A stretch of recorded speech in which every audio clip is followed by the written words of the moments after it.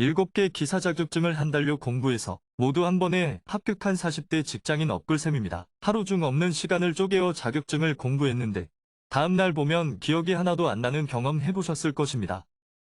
공부한 걸 잊어버리는 건 자연스러운 현상이지만 그 잊어버리는 양을 줄이는 한 가지 방법에 대해 이번 영상에서 이야기해보려 합니다. 다들 퇴근하고 나서 자격증 공부 어떻게 하시나요? 교재를 펴놓고 잠들기 전까지 몇 시간이고 앉아서 공부하시지는 않나요? 제한된 시간의 절대 공부량을 채우기 위해 최대한 집중해서 교재를 공부하는 게 대부분일 것입니다.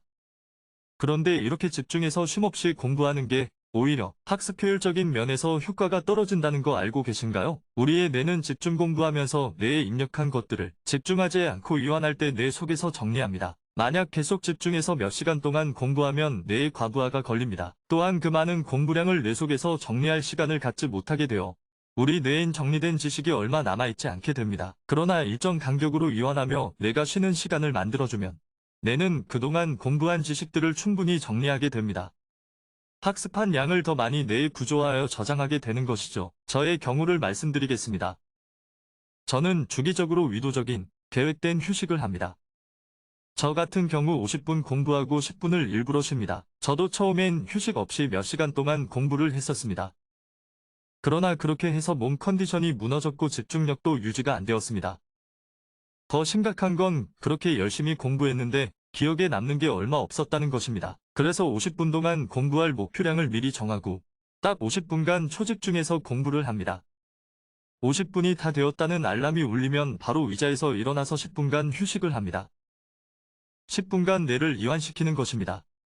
이렇게 했더니 기억에 남는 게 늘어났을 뿐 아니라 몸 컨디션과 집중력도 좋아지게 되었습니다. 저에게 그 휴식은 바로 소파에 누워서 자는 것입니다. 저는 50분 공부 후 10분간 소파에서 꿀잠을 잡니다. 잠이 들었다가 10분 알람 소리가 울리면 다시 50분간 공부를 합니다. 이렇게 하면 10분간 뇌에서 자기 전 50분간 공부했던 내용도 정리하면서 앞으로 있을 50분 공부 시간 동안 집중할 에너지를 보충하게 됩니다. 저는 토요일, 일요일 그리고 공휴일에 아침부터 밤늦게까지 50분 공부, 10분 휴식, 이 패턴으로 10시간 넘게 많은 공부량을 소화해냈습니다. 계획된 휴식을 통해 하루 전체의 공부 효율을 올리는 것입니다.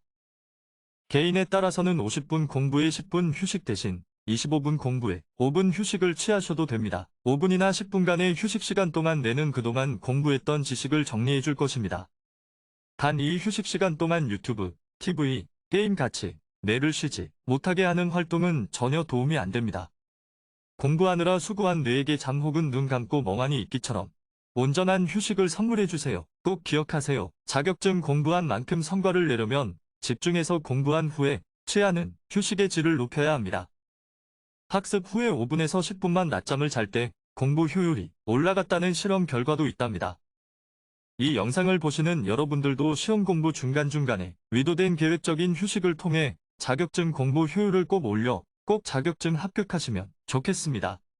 이번 영상이 좋았다면 구독, 좋아요, 알림 설정 부탁드리겠습니다. 저는 다음에도 유익한 내용으로 찾아뵙겠습니다. 모든 수험생들이 자격증 합격하는 그날까지 업글쌤이 응원합니다. 감사합니다.